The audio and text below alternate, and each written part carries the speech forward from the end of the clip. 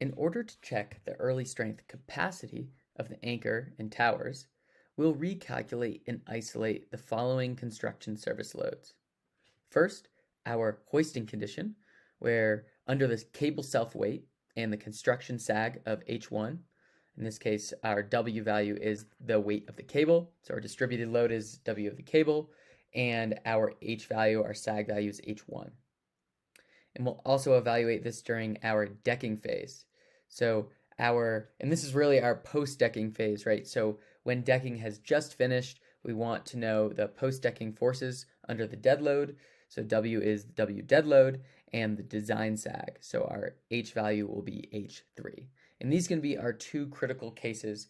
You can think about this as when the cables are under their going to be creating the highest amount of load under just their self-weight, W cable. That's actually going to be during the construction sag condition of H1 because the cables are hoisted the tightest.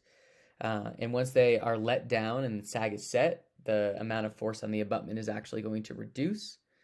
And then in our decking condition, so when we have done the least amount of work filling or building walls, if those aren't complete yet, but our entire bridge has been decked, it has the full dead load. That is our condition with H3 and our W dead load that we're concerned with. And ultimately, we want to arrive with the following variables recalculated under these two conditions. And these all should be very familiar at this point, but I'll just reiterate them. We have our PH anchor, our PV anchor, PH hand, and PV hand. So the forces at the tower columns from the handrail cables, and our PH walk and PV walk. So the forces at the walkway hump from our walkway cables. The main difference between this analysis and previous anchor and tower component analyses and stability analysis sections is the loading. So using LRFD, our governing load is no longer that 1.2 dead load plus 1.6 live load condition, but it is 1.4 dead load from the ASCE 7. Also, in this condition without fill, we can define the maximum flexural and shear demand, assuming the anchor is just a simply supported beam on the ramp walls it bears on. So I've drawn out the anchor and tower diagrams here that we'll be using for the following calculations. So you can see the tower with its 1.3 meter height above that stage 1 concrete, and our cable forces that will model as a cantilevered fixed beam, and our anchor that will model as a simply supported beam with the cable forces in the middle that will resolve into a distributed load along that length of 2.4 meters. That is the unsupported span of the anchor.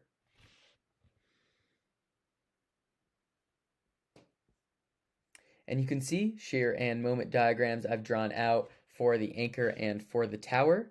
What we're most concerned with is reanalyzing the moment at the tower, so the M tower of P times L, P being the PH hand force, and L being the length of the tower of 1.3 meters.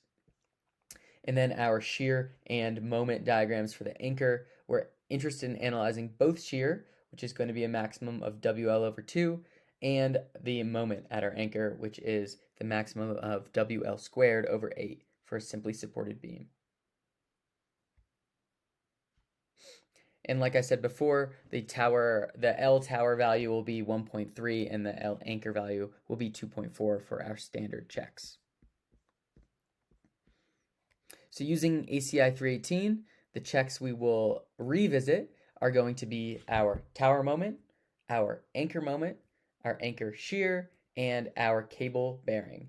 So all of these checks were done in the component analysis section and the advanced stability analysis sections for the tower analysis and the anchor analysis. We're just going to be redoing this check because we're going to be redoing it and changing a few variables based on both the condition, the hoisting and decking condition, and based on the reduced strength of the concrete if we want to be hoisting in a less than 7-day time frame.